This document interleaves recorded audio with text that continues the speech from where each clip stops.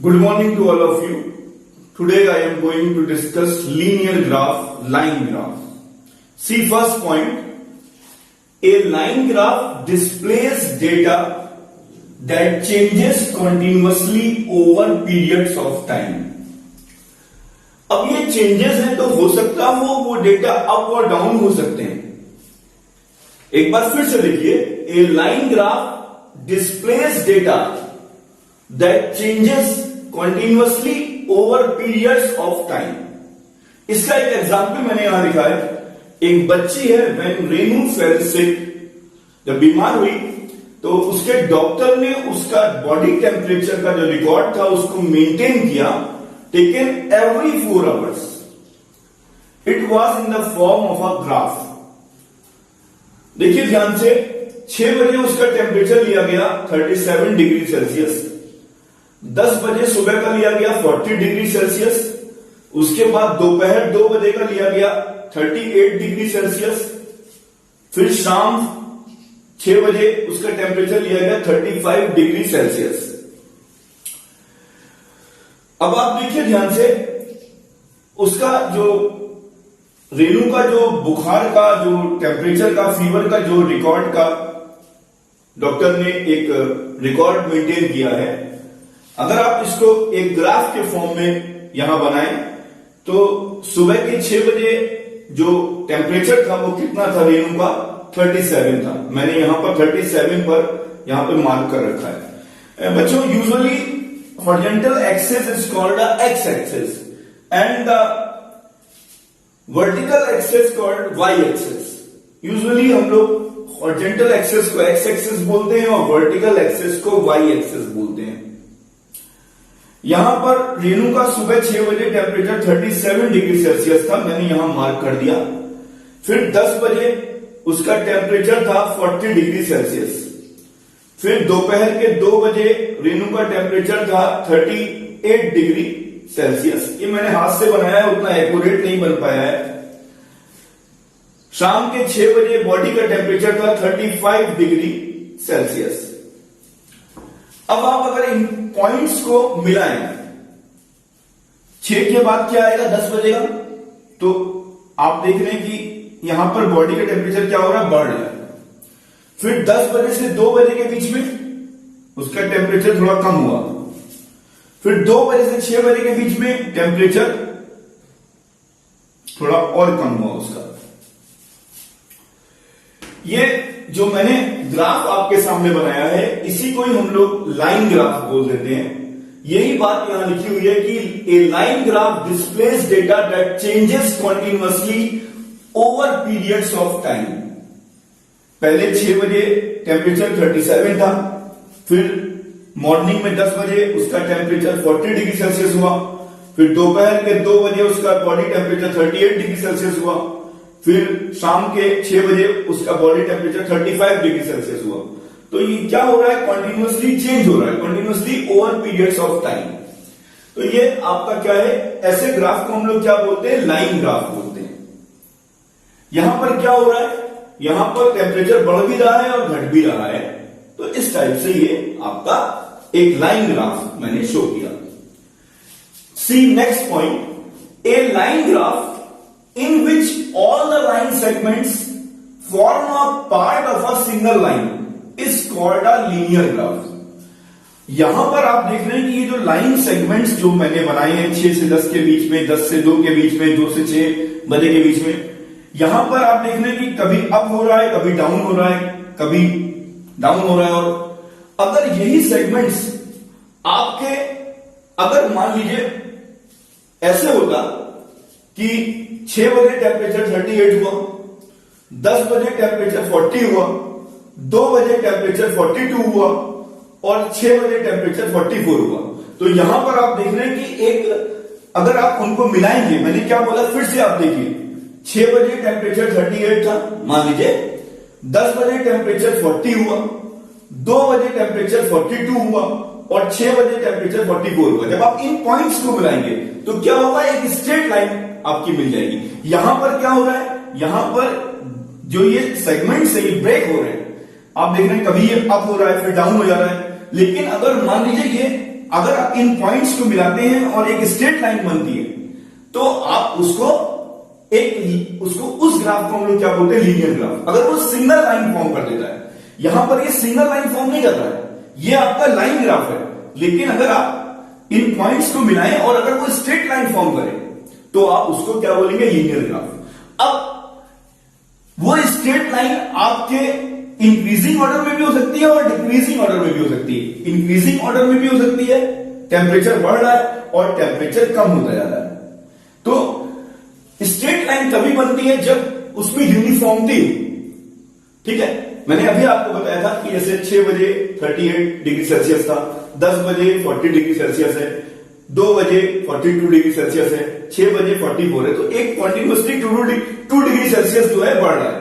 तो उसमें क्या यूनिफॉर्मिटी है। जैसे यूनिफॉर्मिटी होगी तो आपका जो ग्राफ, जो आपको ये लाइन सेगमेंट्स जो आपको क्या कहते हैं पार्ट वाइज दिखता है, वो आपको एक स्ट्रेट लाइन के फॉर्म में दिखेगा। अब वो अलग चीज है कि वो स्ट्रेट लाइन आपकी इंक्रीजिंग ऑर्डर में हो या डिक्रीजिंग ऑर्डर में हो। ठीक है, ऐसे ग्राफ को हम लोग क्या बोलेंगे, लीनियर ग्राफ। ये भी एक लाइन ग्राफ है। ये आप देख रहे हैं इस तरफ भी ये आपका लाइन ग्राफ बना हुआ है, लेकिन अगर ये स्ट्रेट लाइन को इन पॉइंट्स को मिलाते हुए अगर स्ट्रेट लाइन बन जाएगी, तो उस ग्राफ को हम लोग लीनियर ग्राफ बोल देंगे। दोनों एक ही चीज है, दोनों ही लाइन ग्राफ है, लेकिन अगर स्ट्रेट लाइन फॉर्म हो गई, a line graph in which all the line segments, ये लाइन सेगमेंट्स है, form a part of a single line, single line का एक पार्ट हो जाए, सिंगल लाइन का एक पार्ट हो जाए, तो उसको हम लोग लीनियर ग्राफ बोलेंगे। ये मैंने एक एग्जांपल के से आपको लाइन ग्राफ के बारे में समझाया। अब आप देखिए नेक्स्ट, कभी कभी क्वेश्चंस जो हैं वो आपको डेटा दिया होगा और आपसे ग्राफ बनाने को पूछेगा। कभी कभी आपको ग्राफ दिया होगा और उससे कुछ इंफॉर्मेशन आपसे पूछेगा। तो मैं आपको अभी दोनों टाइप के क्वेश्चन जो डिस्कस कर दे रहा हूं। जैसे मान लीजिए आपके सामने ये लिखा हुआ है आपका टेबुलर फॉर्म में और आपको ग्राफ बनाना है। क्वेश्चन पहले पढ़ते हैं। Use the tables below to draw linear graphs population in thousands of men and women in a village in different years। अब देखिए ईयर 2003, 2004, 2005, 2006, 2007, 2003 में ये जो पॉपुलेशन आपको दे रखी है वो थाउजेंड्स में दे रखी है। नंबर ऑफ मैन 2003 में 12,000 है और नंबर ऑफ वुमेन 11,300 है। 2004 में number of man, number of women, 2005 में number of man, number of women, इस तरीके से आपको 1000 में पॉपुलेशन को दे रखा। अब देखिए यहां पर जो डेटा दिए हुए हैं, सबसे पहली चीज तो मुझे यहां पर एक मिस्टेक लग रही है। यहां पर लीनियर नहीं होना चाहिए, यहां पर लाइन होना चाहिए। क्योंकि यहां पर लाइन इसलिए होना चाहिए क्योंकि जो आपको पॉइंट्स दे रखे हैं, देखिए यहां पर 12 लिखा है, यहां 12.5 लिखा है, यहां 13 लिखा है, लेकिन यहां पर 13.2 लिखा हुआ है। क्योंकि देखिए मैं आपको एक बार फिर से बेसिक डिफरेंस समझा देता हूं।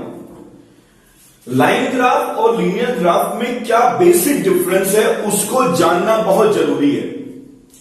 यहां पर आप देख रहे हैं कि ये जो पॉइंट्स हैं ये आपके नन कोलिनियर है, यानी कि एक सीध में नहीं है।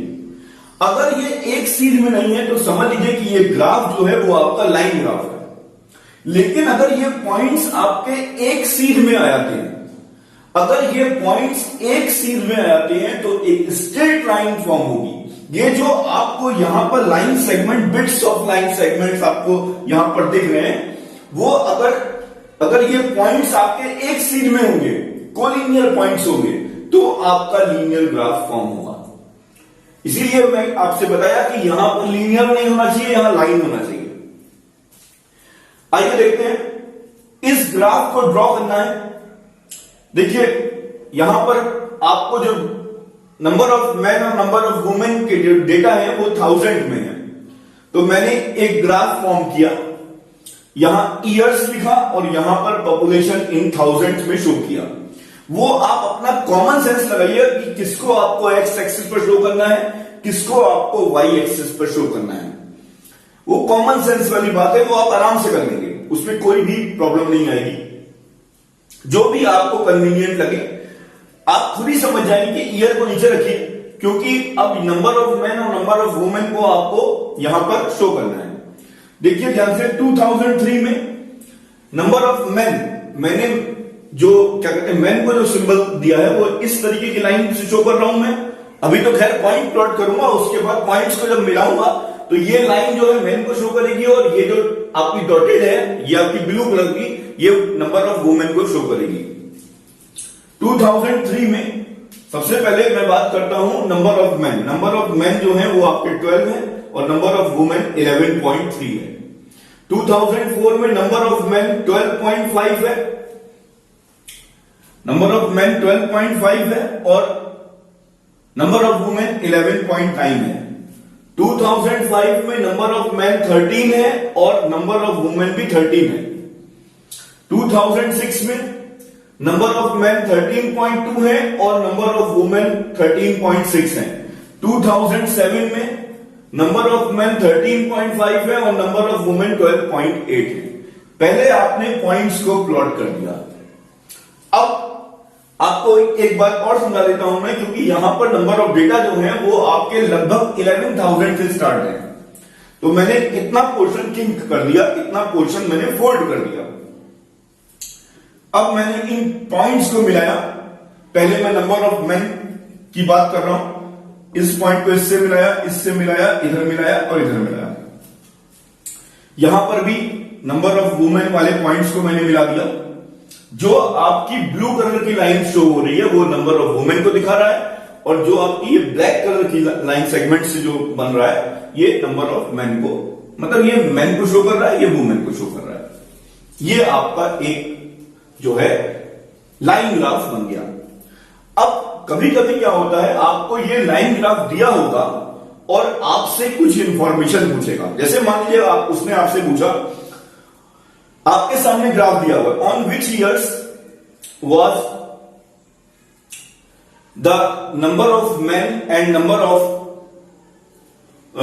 Women will be same. किस साल में नंबर ऑफ मैन और नंबर ऑफ वुमेन जो है वो सेम है? तो आप तुरंत अपना आंसर बताएंगे 2005। मेरा ये कहने का मतलब है कि आपको क्वेश्चंस दिए होंगे, ग्राफ यहां पर मैंने आपको ग्राफ बना के दिखाया है। कभी कभी क्वेश्चन में ग्राफ को दिया होगा और उससे इंफॉर्मेशन पूछेगा। अब नेक्स्ट क्वेश्चन ये भी पूछ सकता है, विच year was the maximum number of man in the given years? तो मैक्सिमम नंबर ऑफ मैन किस ईयर में है? आप खुद देखिए यहां पर 2007 में। 2007 में आप देखिए नंबर ऑफ मैन को सबसे ज्यादा है।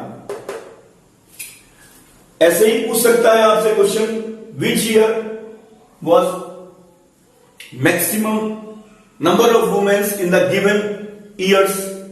अब की बार नंबर ऑफ वुमेन पूछ रहा है किसमें सबसे ज्यादा है, तो 2006 में सबसे ज्यादा नंबर ऑफ वुमेन है। तो इस टाइप से आपको कभी ग्राफ बनाने को देगा, कभी ग्राफ से कुछ इंफॉर्मेशन आपसे पूछ लेगा, तो ये आपको ध्यान रखना है। इंपॉर्टेंट पॉइंट ये है कि अगर आपके ये पॉइंट्स जो हैं वो आपके अगर कोलिनियर पॉइंट्स हैं, कोलिनियर का मतलब है कि वो एक सीध में है, तो आप उसको लीनियर ग्राफ बोल सकते हैं। लेकिन अगर वो एक सीध में नहीं है, जैसे यहां पर जितने भी पॉइंट्स हैं वो एक सीध में नहीं है वो बच्चों, तो यहां पर मैंने इसीलिए बोला कि ये आपका लाइन ग्राफ होगा। ठीक है, ये एक बेसिक डिफरेंस है, इसमें बच्चे थोड़ा कंफ्यूज होते हैं। अब मैं आपको बताता हूं कि ये जो मैंने जितने भी आपको ग्राफ समझाए, कौन कौन से, bar graph, double bar graph, pie graph, फिर लीनियर ग्राफ, लाइन ग्राफ। आप अगर कंप्यूटर जानते हैं तो उसमें सॉफ्टवेयर होता है एक्सेल का, माइक्रोसॉफ्ट एक्सेल।